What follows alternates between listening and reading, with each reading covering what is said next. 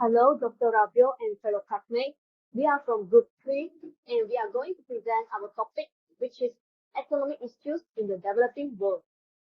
Good day, Dr. Rabiu and everyone. I'm Pushan with matrix number 277750, and now I'm going to present about the poverty and the income distribution in the developing world. Firstly, I'm going to talk about what is poverty. Poverty is the people who are unable to get their basic need, especially the food, shelter, and clothing. Yet there are two types of poverty. The first one is the absolute poverty, where people who are unable to get the three basic needs which I mentioned just now, and the relative poverty is the people who can't afford the activity that most of the people get, and they still need to rely on the governmental help. Next, absolute poverty are measured by the poverty line, where a level of personal or the family income below which one is classified as poor according to the governmental standard. According to the World Bank, the current poverty line is at the level of 2.15 United States dollar per person and per day, while the relative poverty are measured by the Gini coefficient and the Laurent curve. The third difference between the absolute poverty and the relative poverty are the quality of life. The quality of life of the absolute poverty are extremely bad, where people can't afford to get the three basic needs, and the quality of life of relative poverty are slightly better than the absolute poverty, but they need to rely on the government of the healthcare and the education, but they can't afford to go to the private sector to get the healthcare and education. Lastly, the absolute poverty are not affected by the economic growth, and the relative poverty can be affected by the economic growth. Next, I will take India as an example because India is one of the developing country but still struggle with the poverty issue. First of all, the reason that causes poverty in India is the population.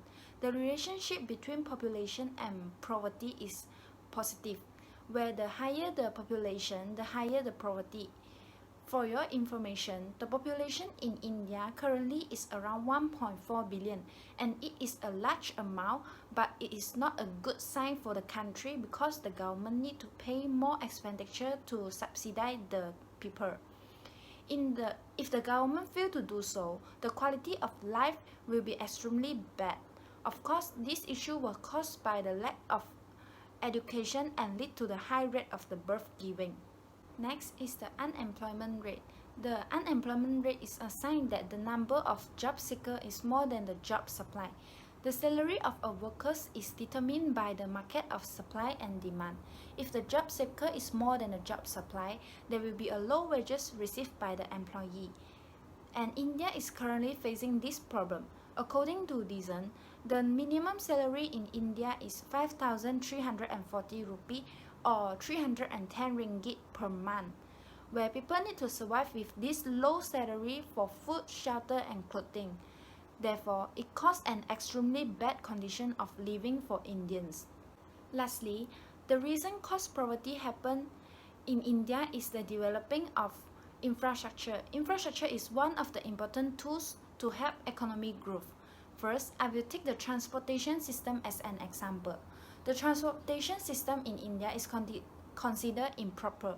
This caused the investor lack confidence to invest in India because the improper of transportation will affect the process of sending product like delay and leading to loss of finance for the seller and buyer.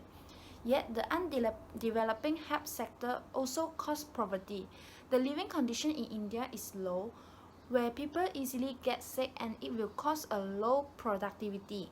Therefore, the major reasons that cause poverty happen in India are the huge growth of poverty, the unemployment rate, and the undevelopment of infrastructure. Next, I'm going to talk about income distribution. What is income? Income is the money that received regularly through work or investment by a person.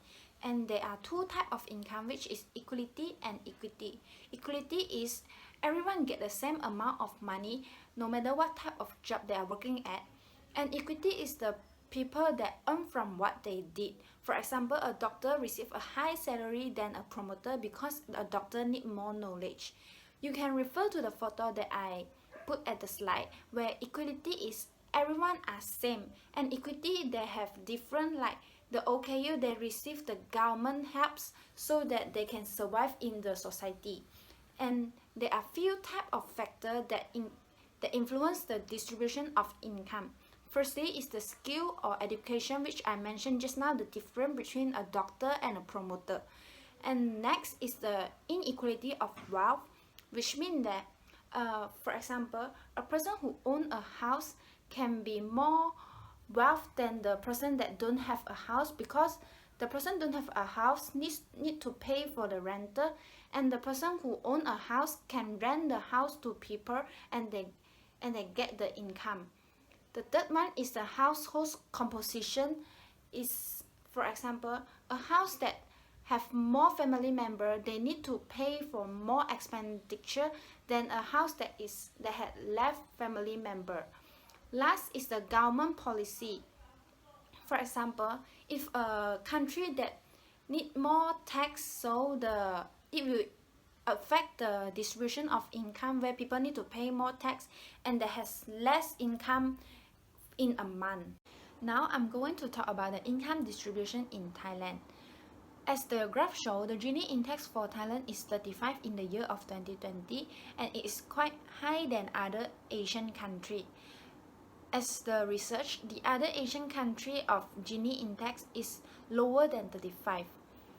And Gini index used to calculate the diversion from a perfectly equal distribution of income among people within an economy. 0 represented perfect equality and 100 represented perfect inequality. So, what caused the income inequality distribution in Thailand? First, I believe that it was caused by the unstable of political system and corruption. As we know, Thailand is often subject to political tumor and economic downturns because people can't conduct their economic activity as usual. Next, the inequality of income distribution in Thailand is because of the education. This is because the rich people have more opportunity to enter the prestige university to gain a higher knowledge and skill, and they will get a professional job with high salary. While compared to the poor one, they need to work hardly but receive low wages. So this causes an income inequality distribution in Thailand. Lastly, is the issue of diversity in regional activity. According to the World Bank, the distribution of poverty is unequal among geographic area in Thailand, with the rate in the south and the north being roughly twice as higher as the national average, which means that the south household have the higher income than the northern in 50%. This is because the South Thailand is given more attention by the government in the development, and it helps to attract more investor and tourism. This helps the people to earn more income than the rural. While the rural area are still depending on the agriculture industry, which only have the low income wages. In conclusion, the inequality of income distribution in Thailand was caused by unstable political issue, the difference of education level, and the diverse in regional activities. That's all about my presentation for poverty and income distribution. Thank you. Hello, doctor and fellow classmates. My name is Chang Yong Wei. In this part, I'm going to present about the industrial development. I will begin with talking about the historical background of industrialization.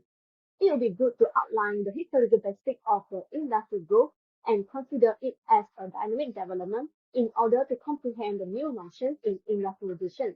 The origins of what we now refer to as modern industry can be found in the industrial revolutions in 18th century, when a number of significant discoveries and the introduction of machinery, followed by the factory system, resulted in a major rise in commerce and revenues as well as socio-economic changes. The developed world was formed as a result of the industrializations of Europe, North America, and Japan. The two world wars, as well as the increasing market demand they urged, helped to modernize the industry into what it is today. The development of spaceflight, nuclear, digital telecommunications, and other advancements throughout the second half of the 20th century lead to a second industrial revolution that has persisted to the present. The development of new industrial technologies is accelerating. Four research areas are currently leading the way in technology information, technology bioengineering, novel materials, and renewable energy. Environmental pollution, which was once unimportant, but it has now become a serious problem that must be thought before any modern manufacturing progress is addressed, was brought about by greater industrialization. Even though rule of supply and demand govern the progression of industrial development as a component of the market economy, it was also strongly impacted by other variables, such as the various conflicts that have taken place over the past 200 years that have advanced weapons technology. History shows us that when political powers instead of market once propelled industrialization, as they did in the former communist bloc of Eastern Europe, the result was tragic, resulting in the complete destruction of their economy and ultimately of their entire political system. This leads to the conclusion that industrialization may turn into a negative socio-economic component if it is implemented in an unreasonable manner. It is the improper policy, not the industrialization itself, that are responsible for this. So, what is the meaning of industrialization? Industrialization, or the process of growing an industry on a big scale, typically at the national level, is important for the economic development of a nation due to its beneficial impact on the creation of income and employment for everybody, as well as its overflow consequences on social advancement. Industrialization is the development and expansion of industry within an economy employing new innovations that make work easier, quicker, and superior and boost production and revenue for businesses. Besides that, industrialization means new settlements are formed to house industry workers in underdeveloped areas wherein new industry are created, and businessmen are drawn to the chances to serve the new industries and their relatively high-income customers. Next is about the goals of industrial development on economic development. A focused program seeking to increase economic activity would be the best course of action in order to ensure sustained economic growth during this uncertain period. Increased productivity, job creation, innovations, and efficient resource uses are all factors that industrialization brings about in terms of economic growth. Increased trade openness benefits countries' productive capacity, global market integration, technical innovation, and foreign direct investment. Having access to credit, banking sectors, and capital formations for investment in the future are all made easier by financial development. One of the main productive variables that boost economic expansion is energy utilization. By expanding industry output, encouraging innovations, and utilizing resources for the best possible output, industrialization promotes economic development. There are few examples of industrial countries to talk about in this slide. First example of industrial country is Malaysia. Formerly a commodity-based nation, Malaysia has expanded its economy to become a prominent manufacturer and exporter of industrial products, particularly electrical and electronic devices, while continuing to become a significant global distributor of agricultural productions, commodities made from palm oil and rubber. Next example is China. A variety of manufactured goods are produced in and exported in China, where the economy has grown quickly. Additionally, productivity gains based on studying technologically superior overseas companies have been important variables. The last example of industrial countries is Chile. Natural resource-based expansion can also be sustainable if it is centered on marketable products, as evidenced by the establishment of agro-industrial cluster in Chile, including those for salmon farming, wine production, and fresh fruit. In order to provide research and technology extension services for new businesses, which it eventually determined to be extremely successful, the encouragement of public-private partnership was important. That's all from me. Thank you. Good morning, doctor. My name is Chinro Sin. Now I will present the part of trade and investment. Foreign direct investment, FDI, and export trades are closely related on one another. In general, the growth of export trade will support FDI in the nation. However, other academics disagree. I will sort out the theories that export a FRIC or FDI from both theoretical and empirical perspective. Since multinational firms have taken over as the primary drivers of FDI and global trade, I have noticed that the rapid expansion of FDI is having an impact on all facets of global trade. The size, flows, and compositions of global trades are increasingly influenced by FDI and its policies, as noted by the United Nations Conference on Trade and Development. Similarly, international trade and its policies are also having various effects on the size, flow, and compositions of FDI influence.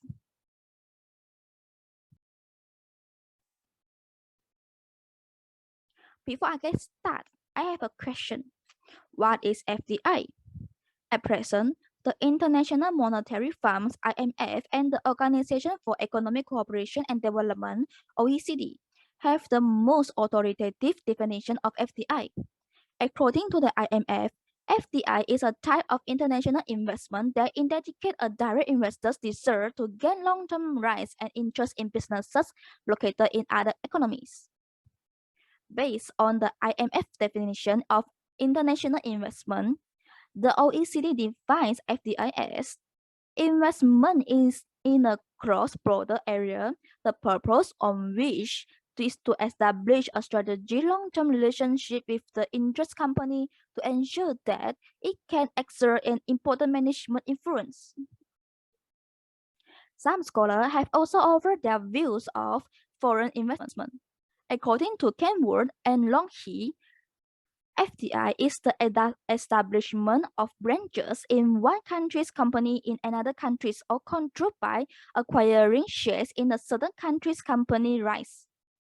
According to Salvatore, FDI is concerned with capital and management, and its main purpose is to invest in the capital, factories, and other production factors of the host state while maintaining investor control over the invest capital.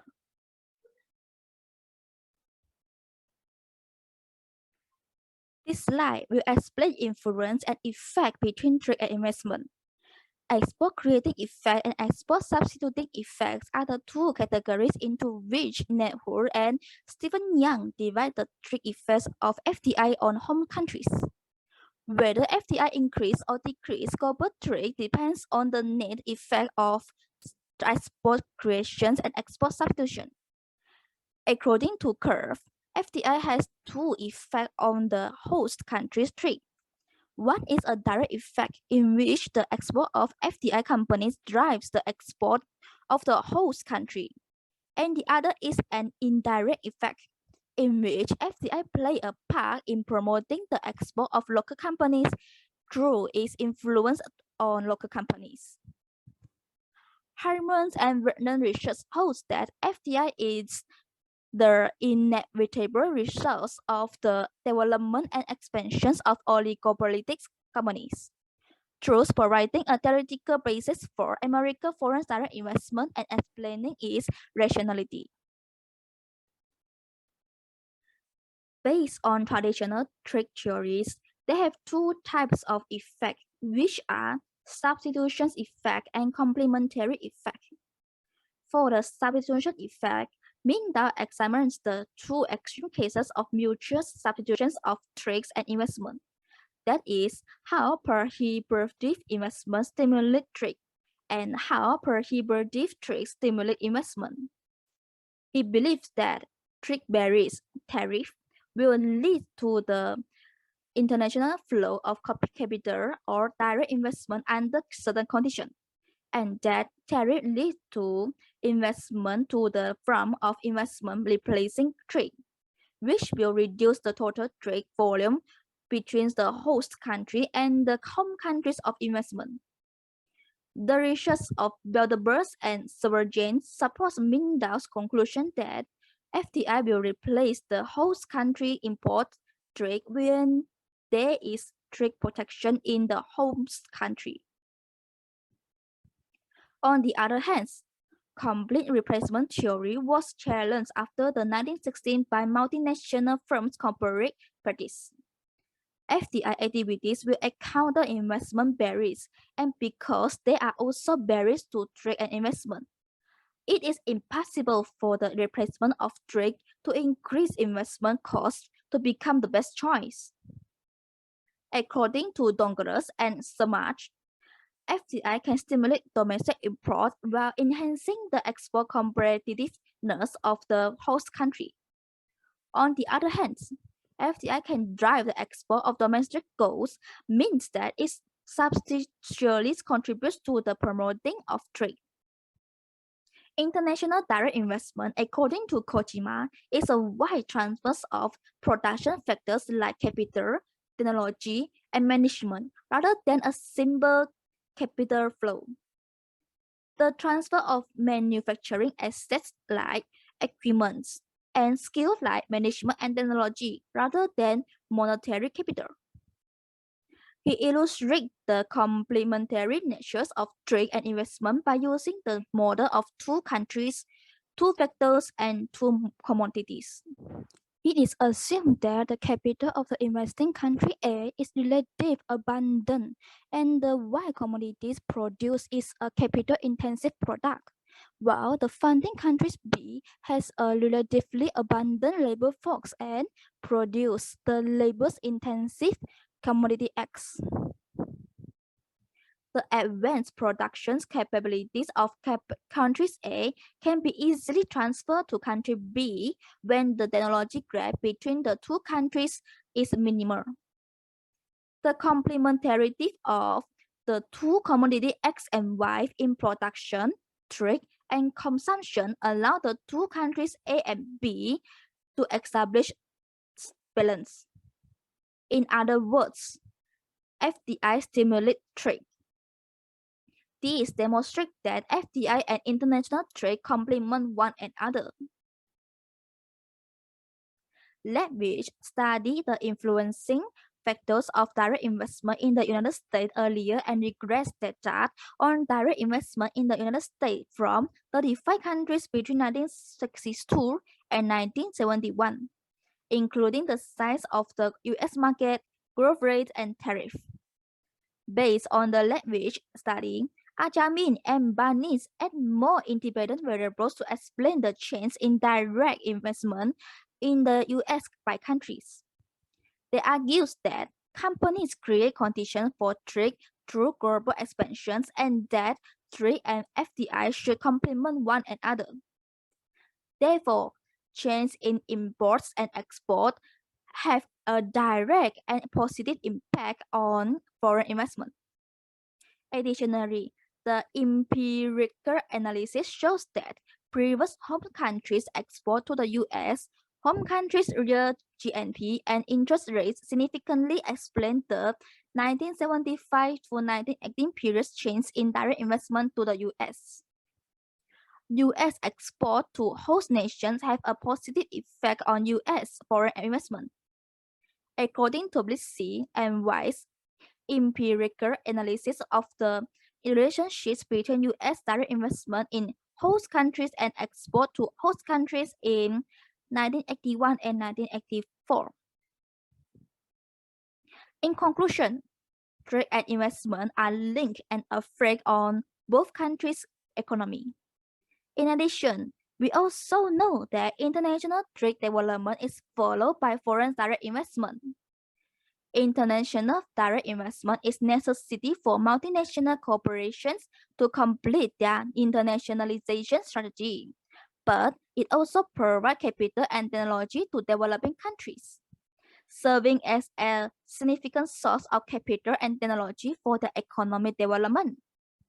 There increased employment opportunities and national incomes, while also raising people's quality of life. That's all for my part. My member will continue to present the rest. Thank you. Good day everyone, I'm Choi Chachi and my matrix number is 278004 and now I'm going to present the human resource development.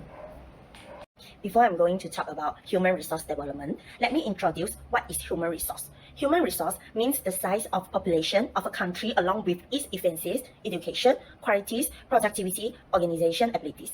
To get a picture of human resource more clearly, we can relate it to human capital. Human capital implies the abilities, skills, and technical know-how among the population of a country. A country should introduce manpower planning for the development of its human resource. The importance of human resource are proper utilization of resource, increased production, development of skill, increased volume of output, tools for economic change, and improving quality of life. Okay, so now I think you already know what is human resource.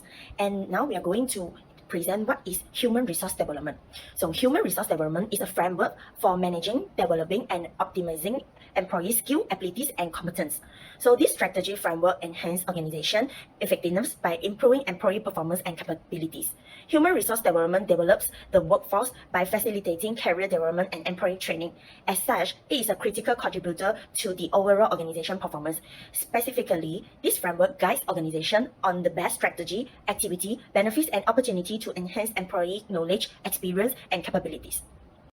There are two options for human resource development. First, formal training and informal training. So what is formal training? Formal training could include in-class training, planner organization change, or college course that could add value to the company. Some of the most common workplace training topics include the sexual harassment and discrimination prevention, then safety and risk management, equal employment opportunity and diversity training program. For the second option, informal training. The human resource development can include informal training as well, such as internal training and development classes taught by consultant or internal staff. It could also include employee coaching or mentoring by a manager or more senior staff.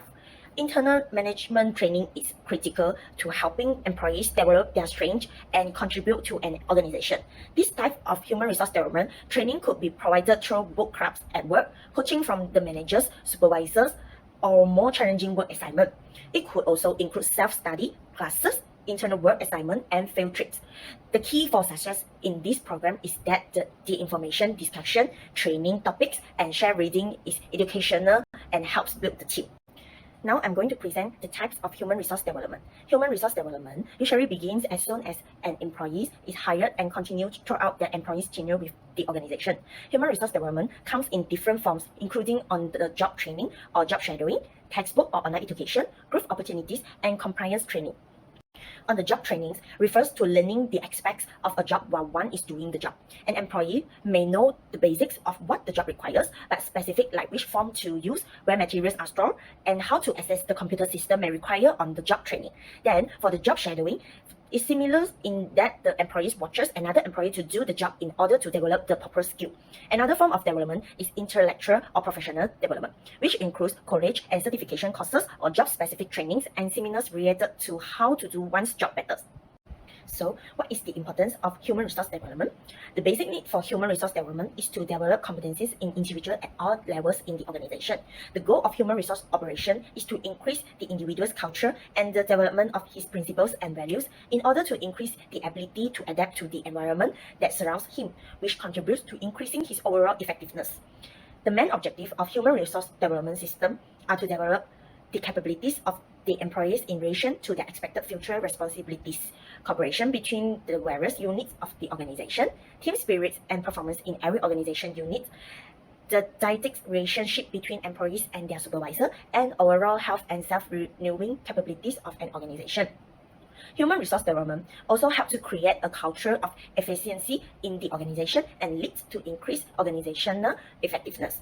Human resource development develops the new skill, knowledge, and attitudes of the people in the concerned organizations and makes people more competent.